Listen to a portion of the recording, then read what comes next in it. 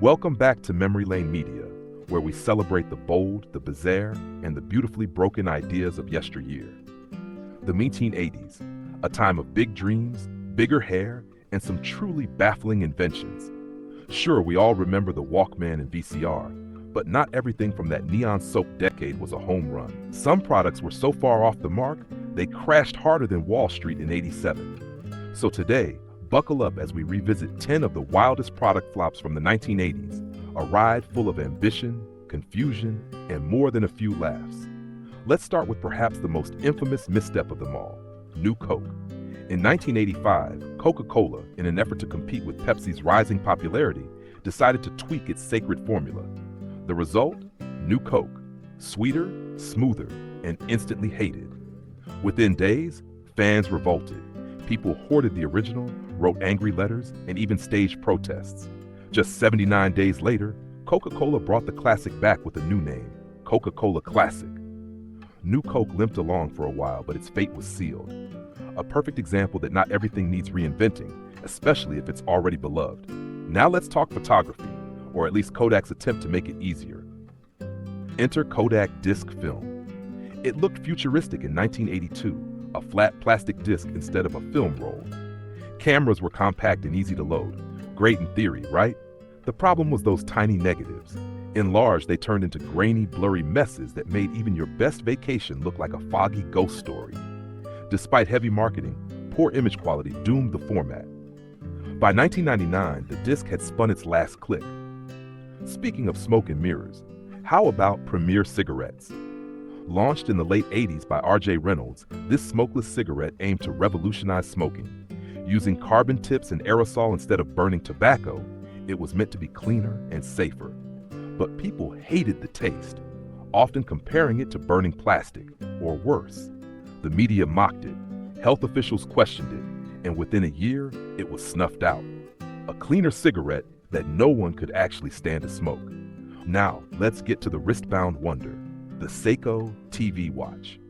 Imagine James Bond in 1982 with a TV on his wrist. That's what Seiko tried to deliver. This little marvel had a tiny screen and a clunky receiver that clipped to your belt, plus a wired headset. Cool in theory, ridiculous in practice. The battery died quickly, the screen was microscopic, and it cost nearly $500. While it was undeniably ahead of its time, the world just wasn't ready for wearable TV. Seiko's sci-fi gadget was more Mission Impossible than breakthrough. And speaking of futuristic flops, the PXL-2000 by Fisher-Price. This was a camcorder for kids in 1987, one that recorded black and white video on cassette tapes. Yes, cassette tapes. Each one held just 11 minutes of ghostly, grainy footage. The quality was so bad it almost felt haunted. Though it wasn't a commercial success, years later it gained a cult following among indie filmmakers who loved its eerie aesthetic. A toy turned art tool, just maybe not quite the blockbuster Fisher-Price had in mind. And now, perhaps the strangest idea to ever bubble up from the Cola Wars, Pepsi A.M. In 1989, Pepsi decided mornings needed a soda with extra caffeine. Twice as much, in fact. It was marketed as a breakfast beverage to compete with coffee. But pouring a Pepsi with your pancakes didn't sit well with most folks. It fizzled out by 1990, proving once again that caffeine can't fix everything, especially bad marketing. Then there was the DeLorean DMC-12, a stainless steel dream with gull-wing doors and Hollywood swagger. John DeLorean's vision was a futuristic, ethical sports car, but it turned out to be underpowered, expensive, and difficult to maintain. By 1983, production stopped. But thanks to Back to the Future, the DeLorean found immortality, not as a sales success, but as a time-traveling icon. A cult classic born from a commercial failure. In 1983, Atari released something that felt like it belonged in an art school rather than a living room, the Touch Tablet. It allowed users to draw on their computer screens using a stylus, bundled with a program called Atari Artist. Unfortunately, the software was limited, the tech was clunky, and gamers preferred their joysticks.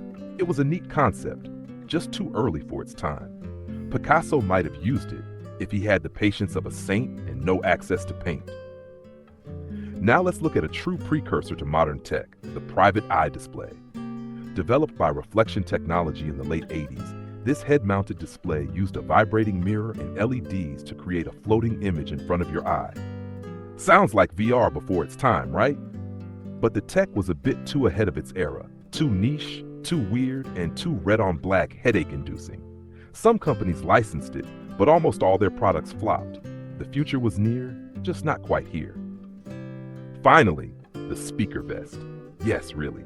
This wearable wonder lets you broadcast your cassette tapes through speakers sewn into your shoulders. It was meant to be the ultimate in mobile audio. No headphones required. Unfortunately, the sound was tinny, the fashion questionable, and your fellow bus riders? Not amused. It didn't last long, but it lives on as a strange footnote in the world of wearable tech. The 1980s, where even your clothing wanted to rock out. So there you have it. 10 bold, bizarre, and brilliantly bad product ideas from a decade that wasn't afraid to try anything once. Some flopped hard. Others found second lives in pop culture or underground scenes. But all of them remind us that innovation often walks hand in hand with failure. Which one of these do you remember? Or did we miss one that deserves its own spotlight in the Hall of Forgotten Tech? Let us know in the comments. We'd love to hear your stories. And if you enjoyed this trip through the more curious corners of the 1980s, be sure to like, subscribe, and ring the bell so you never miss another nostalgic deep dive. Until next time, stay curious, stay retro, and maybe check your attic. You never know what forgotten flop might be hiding in there.